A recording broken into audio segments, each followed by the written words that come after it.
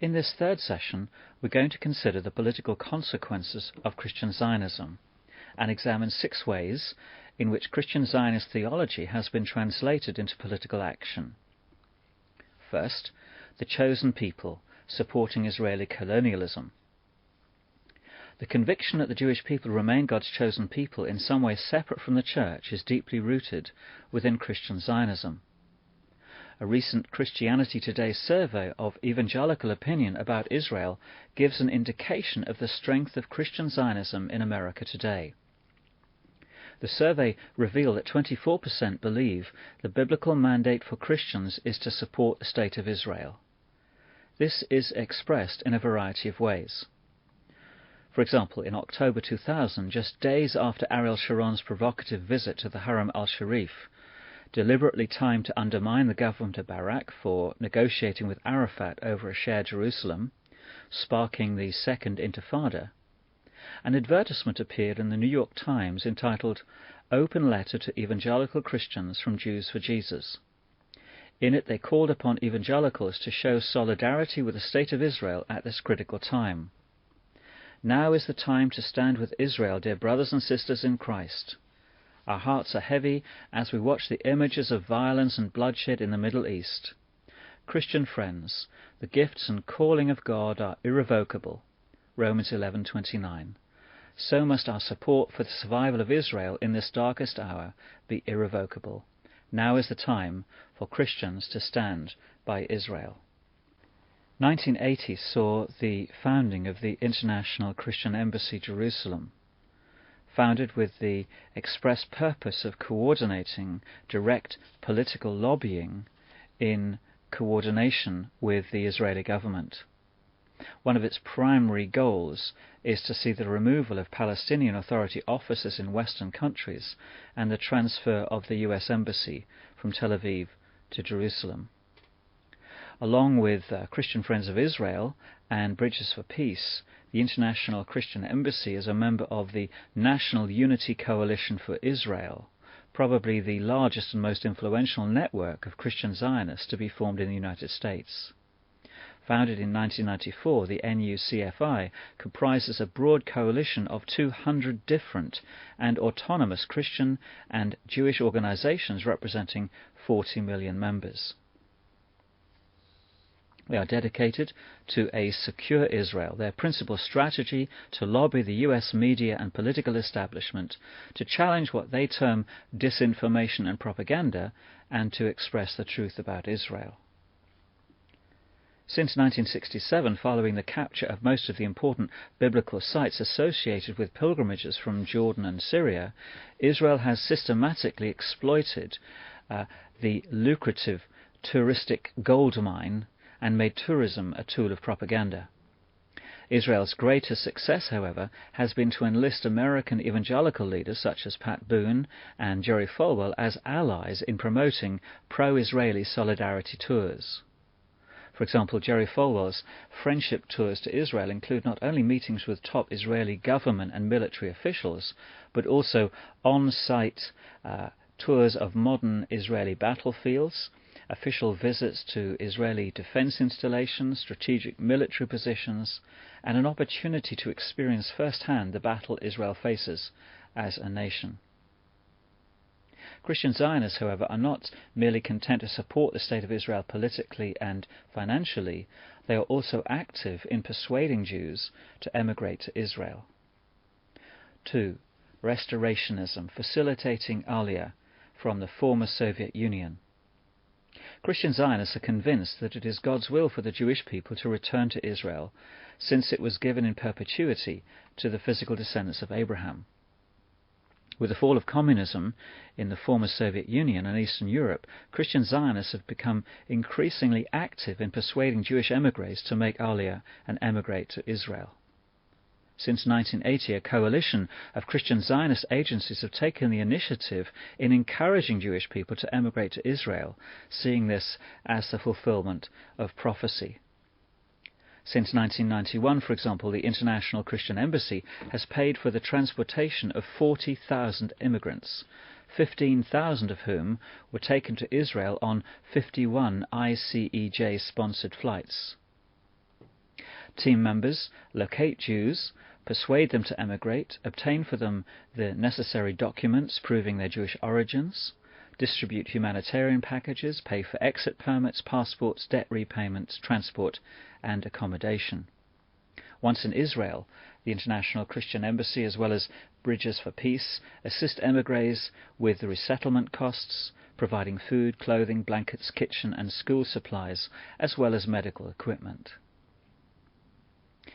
For religious Zionists, Jewish and Christian, the legitimate borders of Israel are considerably larger than those presently disputed with Syria, Jordan, and the Palestinian Authority.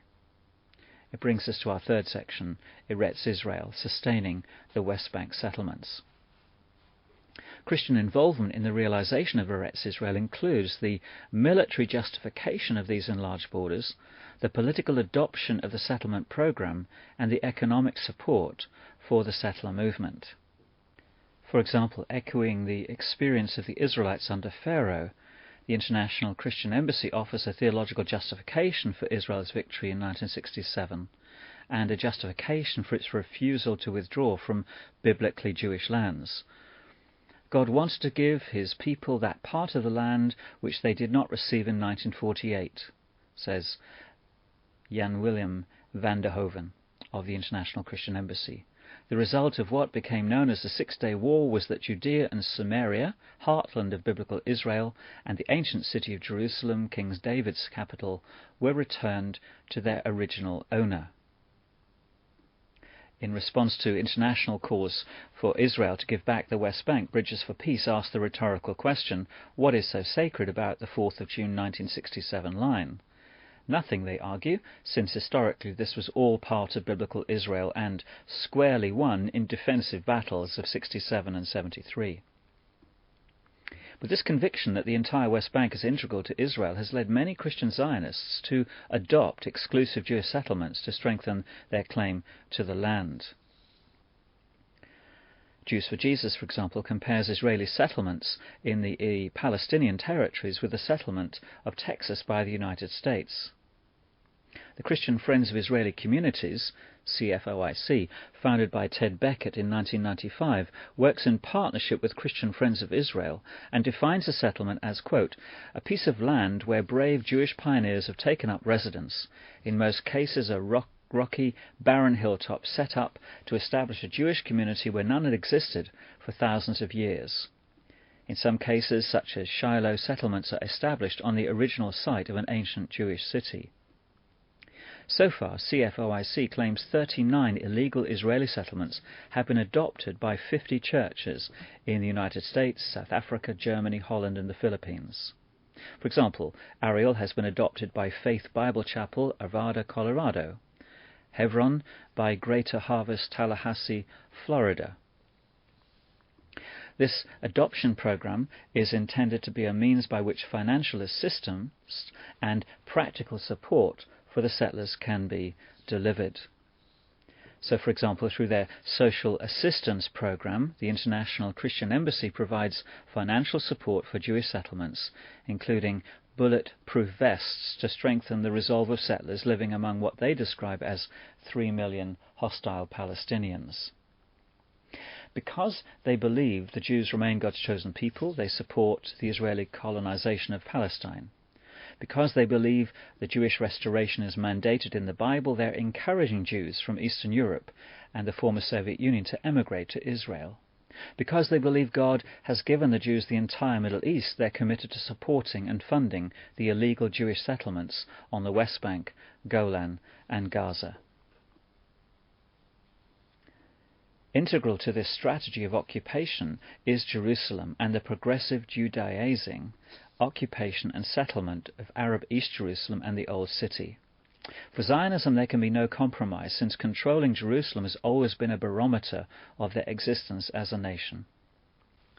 4. Jerusalem, lobbying for international recognition. At the core of Christian Zionist support for Israel's claim to the occupied territories lies the conviction that Jerusalem is and must remain the exclusive and undivided Jewish capital. Attempts to reach agreement in the wider Arab-Israeli conflict have so far stalled or stumbled on the final status of Jerusalem. Christian Zionists are strongly opposed to any proposal for joint sovereignty or the creation of a Palestinian capital in East Jerusalem. In 1997, for example, the International Christian Embassy gave support for a full-page advert in the New York Times entitled "Christians Call for a United Jerusalem." It was signed by 10 evangelical leaders, including Pat Robertson, chairman of the Christian Broadcasting Network and president of the Christian Coalition, Oral Roberts, founder and chancellor of Oral Roberts University, Jerry Falwell, founder of Moral Majority, Ed McAteer, president of the Religious Round Table, and David Allen Lewis, president of Christians United for Israel. It said this: "We, the undersigned Christian spiritual leaders communicating weekly to more than 100 million American Christians, are proud to join together in supporting the continued sovereignty of the State of Israel over the holy city of Jerusalem. We believe that Jerusalem or any portion of it shall not be negotiable in the peace process. Jerusalem must remain undivided as the eternal capital of the Jewish people." They claimed, "The battle for Jerusalem has begun, and it is time for believers in Christ to support our Jewish brethren and the State of Israel. The time for unity with the Jewish people is now." In 2002, Falwell controversially linked the terrorist attacks on the World Trade Center with Israel's exclusive claim to Jerusalem. He called upon his supporters to petition the US president to keep Jerusalem free. Christian Zionists have therefore been resolute in their attempts to get the international community to recognize Jerusalem as the de facto capital of Israel. However, even more critical to Christian Zionists is the necessity for the Jewish temple to be rebuilt. 5. The temple, identifying with religious Zionism. Dispensational Christian Zionists are convinced that the Jewish temple must be rebuilt. This is because, based on their futurist reading of Daniel, they believe the Antichrist will desecrate the temple prior to the return of Christ. Brickner claims that the preparations for rebuilding the temple began in 1967 with the capture of the old city of Jerusalem. Lindsay is equally sure, quote, "Right now as you read this, preparations are being made to rebuild the third temple." Contemporary Christian Zionists are therefore working to achieve this. Randall Price is the leading expert on the imminent plans to rebuild the Jewish temple. In his 735-page The Coming Last Days Temple, Price provides comprehensive details of all of the Jewish organizations involved in attempts to seize the Temple Mount, destroy the Al-Aqsa Mosque and Dome of the Rock, rebuild the Jewish temple, and reinstitute temple worship, priesthood, and sacrifice.